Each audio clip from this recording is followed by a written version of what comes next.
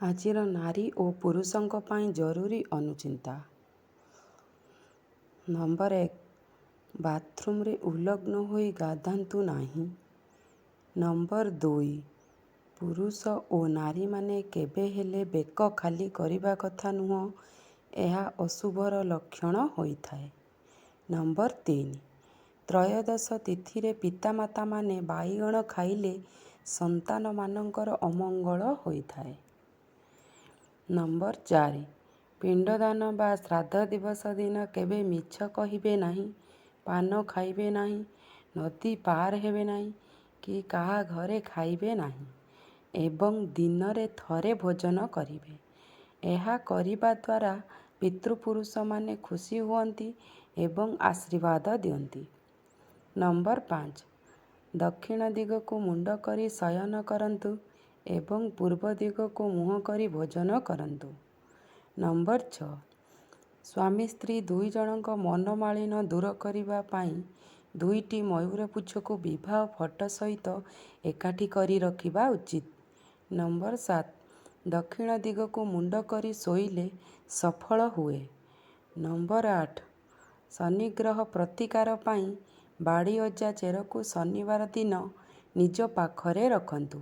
କଳା ଘୋଡ଼ାର ନାଲରେ ମୁଦି ତିଆରି କରି ପିନ୍ଧନ୍ତୁ ଏବଂ କୁଆମାନଙ୍କୁ ଖାଇବାକୁ ଦିଅନ୍ତୁ ଓ ଶନି ଗାୟତ୍ରୀ ମନ୍ତ୍ର ଜପ କରନ୍ତୁ।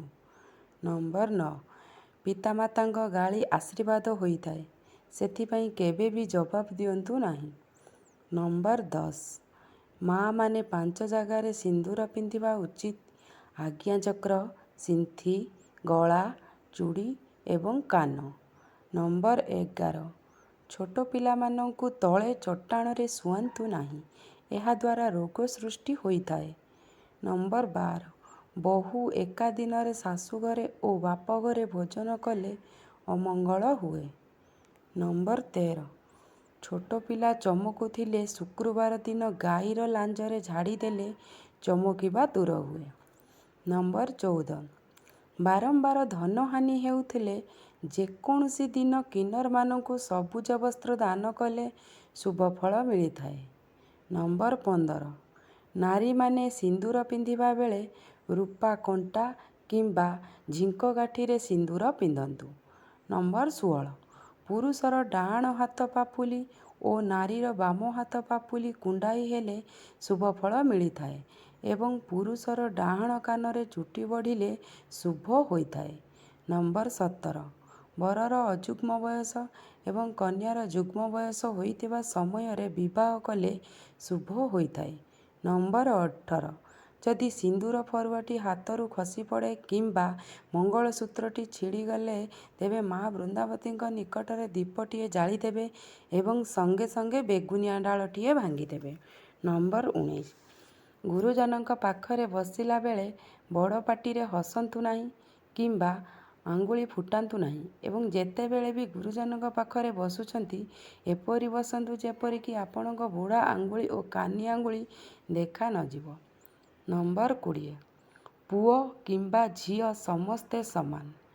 ନମ୍ବର 21. ମୁହଁରେ କଳା ଦାଗ ଥିଲେ ଶିମୁଳି ଗଛର କଣ୍ଟାକୁ ଗାଈର କଞ୍ଚା କ୍ଷୀରରେ ବାଟି ମୁହଁରେ 15 ଦିନ ଲଗାନ୍ତୁ ଏବଂ ଅରଖ କ୍ଷୀରରେ ହଳଦୀ ମିଶାଇ ଲଗାନ୍ତୁ, କଳା ଦାଗ ଦୂର ହେବ। ନମ୍ବର 22. ସକାଳୁ ପ୍ରଥମ କୁଳୁକୁଜା ପାଣିରେ ଆଖି ଧୋଇଲେ ଆଖିର ଯେତକ ରୋଗ ସବୁ ନଷ୍ଟ ହୋଇଯାଇଥାଏ। ନମ୍ବର 23. କେଶ ଉପୁଡ଼ୁଥିଲେ ଲୁଣ ଗୁଣ୍ଡ ଏବଂ ଦୁଦୁରା ପତ୍ରର ରସ 7 ଦିନ ଲଗାନ୍ତୁ, ଚୁଟି ଉପୁଡ଼ିବା ବନ୍ଦ ହେବ। ନମ୍ବର 24.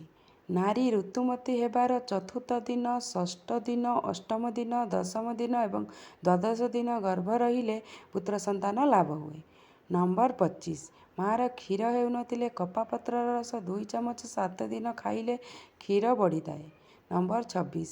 ଗର୍ଭବତୀ ନାରୀ ଏବଂ ଛୋଟ ପିଲାମାନଙ୍କ ପାଇଁ କମଳା ରସ ଅମୃତ ତୁଲ୍ୟ ହୋଇଥାଏ। ନମ୍ବର 27. ଖାଇସାରିବା ପରେ ହାତର ପଛପଟକୁ ଚାଟନ୍ତୁ ନାହିଁ ଏବଂ ଘରେ ନଖ କାଟନ୍ତୁ ନାହିଁ। ନମ୍ବର 28. ନାରୀମାନେ ସର୍ବଦା ମଝି ସୁତାନୀରେ ସିନ୍ଦୁର ପିନ୍ଧିବା ଉଚିତ। ନମ୍ବର 29. ରାତିରେ ଯଦି ଘୁଙ୍ଗୁଡ଼ି ମାରୁଥାନ୍ତି ତେବେ ରାତିରେ ଯୋଡ଼ିଏ ଗୁଜୁରାତି ଖାଇ ଉଷୁମ ପାଣି ପିଅନ୍ତୁ। ପେଟର ଚର୍ବି କମିବା ସହିତ ଘୁଙ୍ଗୁଡ଼ି ମାରିବା ସମ୍ପୂର୍ଣ୍ଣ ରୂପେ ବନ୍ଦ ହୋଇଯିବ। ନମ୍ବର 30, ଘରର ଛାତରେ ଏକ ତ୍ରିଶୂଳ ରଖିବା ଦରକାର, କାରଣ ଘରକୁ ଆସୁଥିବା ବିପଦରୁ ଏହା ରକ୍ଷା କରିଥାଏ। ନମ୍ବର 31, ପାଇଖାନା ସର୍ବଦା ଘରର ପଛପଟେ ରହିବା ଆବଶ୍ୟକ ଏବଂ ଠାକୁର ଘର ଓ ପାଇଖାନା ପାଖାପାଖି ରହିବା ଅନୁଚିତ। ନମ୍ବର 32, ଘରର ପୂର୍ବ ଉତ୍ତର କୋଣକୁ ଐଶାନ୍ୟ କୋଣ କୁହାଯାଏ। ଏହି କୋଣରେ ରୋଷେଇ ଘର କରିବା ଉଚିତ। ନମ୍ବର 33, ଘର ବନେଇବା ବେଳେ ରୁମ୍ର କବାଟ ସର୍ବଦା ବାମକୁ ରଖନ୍ତୁ। ନମ୍ବର 34, ଘରେ ଆପଣଙ୍କ ଠାକୁର ପୂଜା କରୁଛନ୍ତି। ଯଦି ଠାକୁର ଘରେ ଆପଣ 2ଟି ଶଙ୍ଖ ରଖି ପୂଜା କରନ୍ତି ତେବେ ଶୁଭ ଫଳ ମିଳିଥାଏ। ନମ୍ବର 35, ଛୋଟ ପିଲାଙ୍କ ବିଛଣା ତଳେ କଳା ଏବଂ ଲୁହା କଣ୍ଟା ରଖନ୍ତୁ। ଏହାଦ୍ୱାରା ପିଲାଙ୍କ ଉପରେ ଖରାପ ଶକ୍ତିର ପ୍ରଭାବ ପଡ଼ିବନି। ନମ୍ବର 36, ଘରୁ ବାହାରକୁ ଯେତେବେଳେ ଯାଉଛନ୍ତି ସେତେବେଳେ ମୁଣ୍ଡରେ ଟିକେ ଚନ୍ଦନ ଲଗାଇ ଯାଆନ୍ତୁ। ଦେଖିବେ କାମରେ ଜୟ ହେବ। ନମ୍ବର 37, ଅନ୍ଧାରିଆ ସ୍ଥାନରେ ଏକୁଟିଆ ବସନ୍ତୁ ନାହିଁ କି ଭୋଜନ କରନ୍ତୁ ନାହିଁ। ନମ୍ବର 38, ବୁଧବାର କିନ୍ନରଙ୍କୁ, ଶନିବାର ଛୋଟା ବ୍ୟକ୍ତିଙ୍କୁ ଓ ରବିବାର ଅନ୍ଧ ବ୍ୟକ୍ତିଙ୍କୁ ଦାନ କଲେ ଶୁଭ ଫଳ ମିଳିଥାଏ। ନମ୍ବର 39, ଘରୁ ବାହାରିକି ଯିବା ସମୟରେ ପଛକୁ ବୁଲି ଚାହିଁବେ ନାହିଁ। ଏହାଦ୍ୱାରା ଅଶୁଭ ହୋଇଥାଏ। ନମ୍ବର 40, ଗୁରୁବାର ଅମାବାସ୍ୟାରେ ସ୍ୱାମୀ ସ୍ତ୍ରୀ ଶାରୀରିକ ସମ୍ପର୍କ ରଖିବା ଅନୁଚିତ। ଭିଡ଼ିଓଟି ଯଦି ପସନ୍ଦ ଆସିଥାଏ ତ ଆପଣମାନେ ନିହାତି ସବସ୍କ୍ରାଇବ୍ କରିବେ, ଲାଇକ୍ କରିବେ, କମେଣ୍ଟ କରିବେ। ରହୁଛି, ନମସ୍କାର, ଜୟ ଜଗନ୍ନାଥ।